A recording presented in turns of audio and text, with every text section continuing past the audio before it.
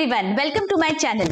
बच्चों, हम journal entries देख रहे हैं और traditional approach as well as modern approach से जर्नल एंट्रीज कैसे पास करते हैं ये हमने बहुत डिटेल में देखा है। बच्चों, अगर अभी तक आपने वो वाला लेक्चर्स नहीं देखे हैं, I have given the link in the I button, do go and check those lectures out. बच्चों, चाहे आप ट्रेडिशनल अप्रोच से जर्नल एंट्री पास करो या फिर मॉडर्न अप्रोच से, आपकी journal entry is going to remain the same. Okay, तो आपको वहां कंफ्यूज नहीं होना है। विच एवर मेथड आपको सूटेबल लगता है, यू कैन चूज दैट। मैंने मॉडर्न अप्रोच से सारे जो भी क्वेश्चंस है आपके टेक्स्ट बुक में से, everything I have uploaded on the home page of the channel. You can go and check that lecture out. Chapter wise you will get all the playlists. Alright. अब traditional approach से कुछ बच्चों को चाहिए थे questions, तो अभी traditional approach से I am going to explain and discuss all the problems from the textbook. Alright, तो दोनों भी मेथड से आपके सारे प्रॉब्लम्स आपको सामने होंगे। आपको जो भी मेथड सूटेबल लगती है बच्चों, you can use that method. Alright, तो चलो without any further delay, let's begin with today's problem, that is illustration number 1 on page number 61. ठीक है, let us read. Journalize the following transactions in the books of Narendra General Stores. तो जब भी हम journal entries pass करते हैं बच्चों, हमें क्या करना है? Whenever we read a transaction, first हमें दो अकाउंट्स कौन से अफेक्ट हो रहे हैं वो we are going to identify. ठीक है, तो फर्स्ट क्या है? 1 अप्रैल वाला transaction, Narendra commenced business with cash 80,000। तो दो अकाउंट्स यहाँ पे कौन से अफेक्ट हो रहे हैं? एक is the proprietor is bringing in capital into the business, तो first account that is affected is the capital account, और दूसरा अकाउंट जो अफेक्ट हो रहा है that is the cash account. Right, अब cash is a real account, correct, and what is capital? It is a personal account. अब cash business में आ रहा है, सो रियल अकाउंट का हमारा रूल क्या कहता है? Debit what comes in, so that is the reason हम कैश अकाउंट को यहाँ पे डेबिट कर देंगे। और पर्सनल अकाउंट का रूल क्या कहता है? Debit the receiver, credit the giver. Proprietor is giving us the capital, तो कैपिटल अकाउंट को हम क्रेडिट कर देंगे। तो हमारी फर्स्ट जर्नल एंट्री क्या आएगी? देखो यहाँ पे फर्स्ट जर्नल एंट्री इस तरह आपको डेट लिखना है 2019 1 April, cash account debit to capital 80,000 and see narration being business started with cash. इस तरह आपको प्रॉपर फर्स्ट जर्नल एंट्री लिखनी है बच्चों। देन आप इस तरह एक लाइन बीच में बना दोगे and then you are going to write your second entry. Alright, चलो आगे। Purchased goods from Kiran 40,000 on credit. अब यहाँ पे दो अकाउंट्स कौन से अफेक्ट हो रहे हैं? गुड्स परचेज किए हैं, तो परचेजेस अकाउंट यहाँ पे हमारा अफेक्ट होगा, और दूसरा account this is a credit transaction, so Kiran's account is also affected. Right, अब परचेजेस क्या है? हमने क्लासिफिकेशन ऑफ अकाउंट्स वाले लेक्चर में देखा था। Purchases is are expense, it is a nominal account, और किरण क्या है? किसी पर्सन का नाम है ना, तो it is a personal account. और नॉमिनल अकाउंट का रूल क्या कहता है? Debit all expenses and credit all gains. ये एक्सपेंस है तो इसे हमें डेबिट करना होगा। और पर्सनल अकाउंट का रूल क्या कहता है? Debit the receiver, credit the giver. अब किरण हमें गुड्स दे रही है, so she is the giver of the goods, so that is the reason हम उसके अकाउंट को कर देंगे क्रेडिट। तो यहां पे हमारी जर्नल एंट्री क्या आ जाएगी बच्चों? Purchases account debit to Kiran. Let us see 40,000. Purchases account debit to Kiran 40,000. Narration being goods purchased on credit. Alright. अब आपको वापस एक लाइन बनाना है and then you will move to the third transaction. ठीक है, आगे। Paid rent 2,000. Simple, only rent का payment है यहाँ पे। अब दो अकाउंट्स कौन से अफेक्ट हो रहे हैं? Whenever paid word is used, that means cash account यहाँ पे आपका अफेक्ट होगा, और रेंट है सो रेंट अकाउंट भी अफेक्ट हो जाएगा। राइट, अब कैश क्या है? कौन से कैटेगरी में फॉलो होता है? It is my real account, and rent ये मेरा एक्सपेंस है, मैंने पेमेंट किया ना, सो this is my nominal account. Correct, अब नॉमिनल अकाउंट का रूल क्या कहता है बच्चों? Debit all expenses, so because rent is an expense, मैं यहाँ पे रेंट अकाउंट को डेबिट कर दूंगी।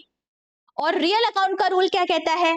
Debit what comes in, credit what goes out. Cash is going out of the business, so that is why यहाँ पे cash को हम क्रेडिट कर देंगे, तो हमारी एंट्री आ जाएगी rent account debit to cash 2000. Let us check. See, rent account debit to cash 2000 being paid for rent. Clear? चलो next. Sold goods to mister Vikas on credit. अब जब सोल्ड गुड्स है तो कौन सा अकाउंट अफेक्ट होगा? Sales account. और यहाँ पे क्रेडिट ट्रांजैक्शन है तो विकास का अकाउंट भी यहाँ पे अफेक्ट हो जाएगा.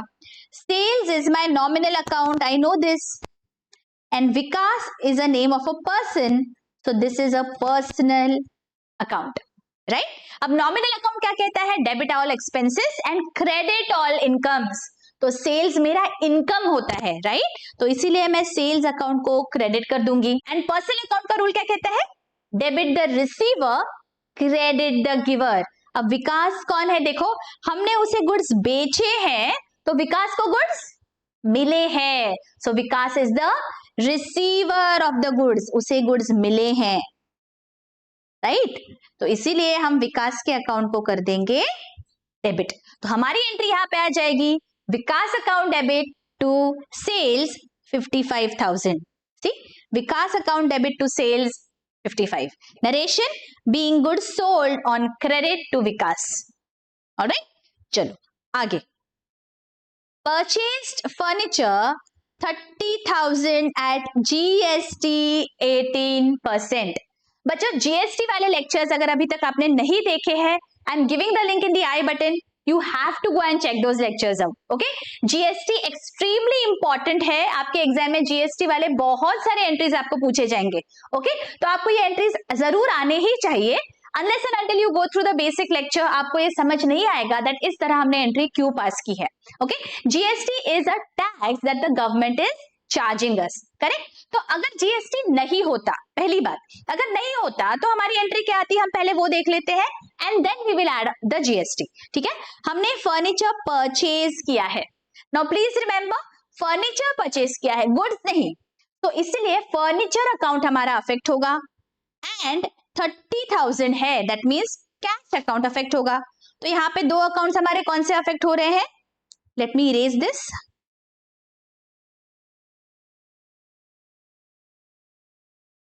एक अकाउंट हमारा फर्नीचर अफेक्ट हो रहा है बिकॉज हमने परचेज किया है फर्नीचर, और दूसरा अकाउंट हमारा कैश अकाउंट अफेक्ट हो रहा है बिकॉज बिजनेस से पैसा जाएगा, सो कैश अकाउंट, राइट? अब फर्नीचर मेरा एसेट है, so this is a real account, और cash is also my asset, so this is also a real account. दोनों भी रियल अकाउंट है. और रियल अकाउंट का रूल क्या कहता है? Debit what comes in, credit what goes out. अब यहाँ पे फर्नीचर को हमने परचेज किया तो फर्नीचर तो कमिंग इन हो रहा है ना, सो फर्नीचर इज कमिंग इन, तो फर्नीचर को हम डेबिट कर देंगे. और उसके बदले में कैश बिजनेस से बाहर जा रहा है, कैश इज गोइंग आउट, तो कैश को हम क्रेडिट कर देंगे, राइट? यहां तक आपको ट्रांजैक्शन समझा?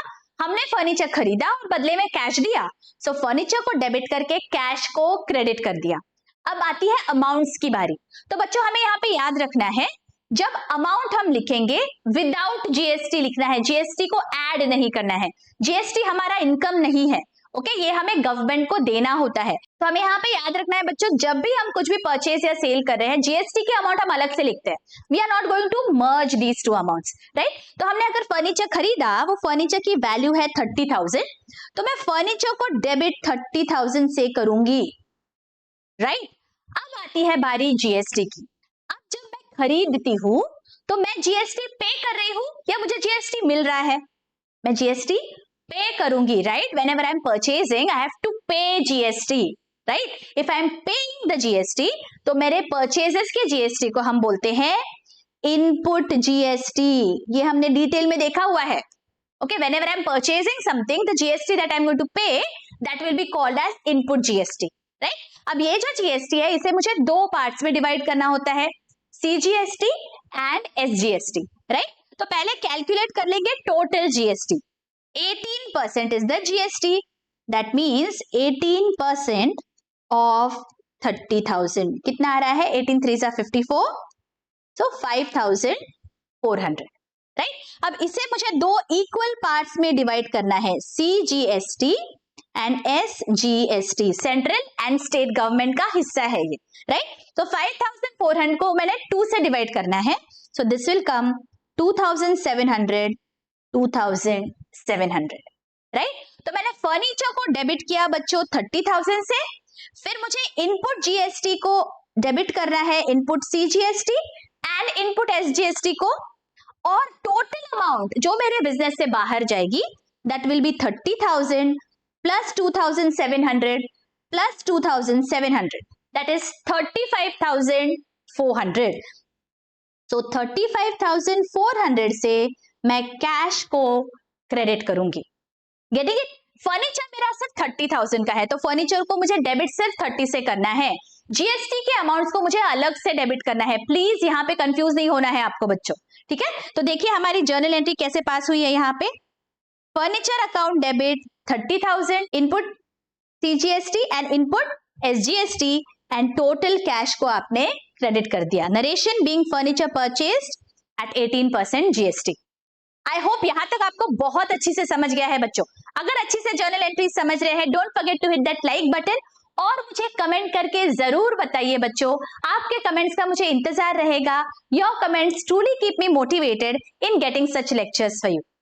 Thank you so much. चलो आगे बढ़ते हैं। Received a bearer cheque of 25,000 from mister Vikas. अब बेरर चेक क्या होता है? ऐसा चेक होता है जो हम किसे भी पास ऑन कर सकते हैं। It is a cheque which is not crossed, right. Crossed cheque क्या होता है? जिस चेक पे हमने इस तरह से, if this is a cheque, यहां पे हम क्रॉस कर देते हैं, यहां पे हम अकाउंट पे लिख देंगे या फिर बस क्रॉस कर देंगे, इसे हम बोलते हैं this is a crossed cheque. तो ये जो चेक है, यहाँ पे जिसका नाम लिखा होगा उसी के अकाउंट में डिपॉजिट हो सकता है। लेकिन जो बेरर चेक होता है, as the name suggest, bearer, जिसके हाथ में वो चेक है वो उसके अकाउंट में डिपॉजिट हो जाएगा। वो ये नहीं देखेगा दैट किसका नाम लिखा हुआ है। सो ये जो बेरर चेक होता है, it is as good as cash, because जो लेके जाएगा उसको वो पैसा मिल जाएगा है, राइट।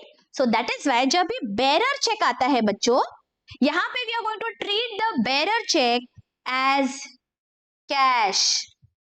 प्लीज रिमेंबर, अगर बेरर चेक है तो आपको कैश के जैसा ट्रीट करना है, और अगर क्रॉस्ड चेक है तो this will be treated as bank account. Alright, तो यहाँ पे आपको पैसा मिला है, राइट। तो यहाँ पे you have received a bearer cheque from mister Vikas. तो बेरर चेक है तो आपको कैश अकाउंट को अफेक्ट करना है, and second account is Vikas account. अब कैश मतलब रियल है और Vikas is a person's name, तो this is a personal account. Cash आपको मिला या बाहर गया बिजनेस से? You have received, so cash is coming in. हमारा रियल अकाउंट का रूल क्या कहता है? Debit what comes in. So यहां मैं कैश अकाउंट को डेबिट कर दूंगी, और पर्सनल अकाउंट का रूल क्या कहता है? Debit the receiver, credit the giver. यहां विकास से हमें मिला है, सो विकास इज द गिवर, इसीलिए विकास के अकाउंट को हम क्रेडिट कर देंगे। तो देखिए हमारी एंट्री क्या आ रही है यहाँ पे, cash account debit to Vikas 25,000 being bearer cheque receive from Vikas.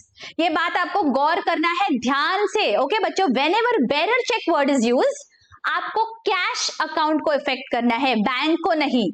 Please remember this, okay. चलो आगे। Paid to Kiran by cheque of Dena bank 20,000। अब देखो यहाँ पे चेक लिखा है, that means bank account will be affected. अगर बेरर चेक लिखा होता तो कैश अकाउंट में ट्रांजैक्शन होता, ठीक है। तो यहाँ पे कौन से दो अकाउंट्स अफेक्ट हो रहे हैं? आपने चेक दिया तो bank account is being affected, और किरण को दिया इसीलिए किरण का अकाउंट भी अफेक्ट हो जाएगा। Bank account is a personal account and Kiran का भी अकाउंट पर्सनल है। अब पर्सनल अकाउंट का रूल क्या कहता है? Debit the receiver, credit the giver. अब यहाँ पे हमने पे किया है किरण को, सो किरण इज द रिसीवर, किरण को पैसा मिल रहा है, राइट। सो रिसीवर है तो इसे हमें डेबिट करना होगा, और चेक जा रहा है बैंक से बाहर, bank is giving the cheque, bank is the giver, तो यहाँ पे हम इसे क्रेडिट कर देंगे। तो हमारी एंट्री आएगी Kiran account debit to bank. Let us see, Kiran account debit to Dena bank 20,000 being paid to Kiran by cheque. Clear? चलो आगे, पेड सैलरी 5,000। अगेन जब भी पे वर्ड यूज होता है that means cash account is being affected, और सैलरी के लिए पेमेंट हुआ है तो सैलरी अकाउंट भी अफेक्ट हो जाएगा। अब कैश क्या है? This is a real account and salary is my expense, it is a nominal account. Nominal account का रूल क्या कहता है? Debit all expenses and credit all gains. Salary is my expense, तो सैलरी को हम debit कर देंगे। और रियल अकाउंट का रूल क्या कहता है? Debit what comes in, credit what goes out. पैसा बिजनेस से बाहर जा रहा है ना, आप पेमेंट कर रहे हो, तो अगर गोज आउट है तो इसे हमें क्रेडिट करना होगा। तो हमारी एंट्री आ जाएगी salary account debit to cash 5,000। Let us see, salary account debit to cash being paid for salary. Right? अब यहाँ पे हमने सारे ट्रांजैक्शंस को जर्नलाइज कर लिया बच्चों। अब लास्ट एक बाकी है। अब क्या करेंगे? हम कॉलम्स की टोटल लेंगे, डेबिट और क्रेडिट कॉलम की टोटल लेंगे, और अगर हमने सारे ट्रांजैक्शन सही किए हैं बच्चों, our column totals will always match. तो डेबिट कॉलम और क्रेडिट कॉलम की टोटल हमेशा सेम रहेगी। Why? Because we are following double entry accounting system. Right? Double entry system है हमारा, तो जैसे ही हम डेबिट करते हैं साइमल्टेनियसली क्रेडिट भी होता है। सो इसीलिए डेबिट और क्रेडिट कॉलम्स के टोटल हमेशा मैच होने चाहिए। अगर मैच हो रहे हैं, this is an indication that most probably आपने सारे ट्रांजैक्शंस सही जर्नलाइज किए हैं। ओके, आई होप ये फर्स्ट इलस्ट्रेशन आपको बहुत अच्छी से समझ गया है बच्चों। अगर आपको मॉडर्न मेथड से कैसे करना है वो समझना है, I am giving the link here, do go and check those lectures out and then you can decide for yourself आपको कौन सा मेथड यूज करना है फॉर जर्नलाइजिंग। ओके, मिलती हूँ आपको नेक्स्ट लेक्चर्स में। Till then take care, bye bye.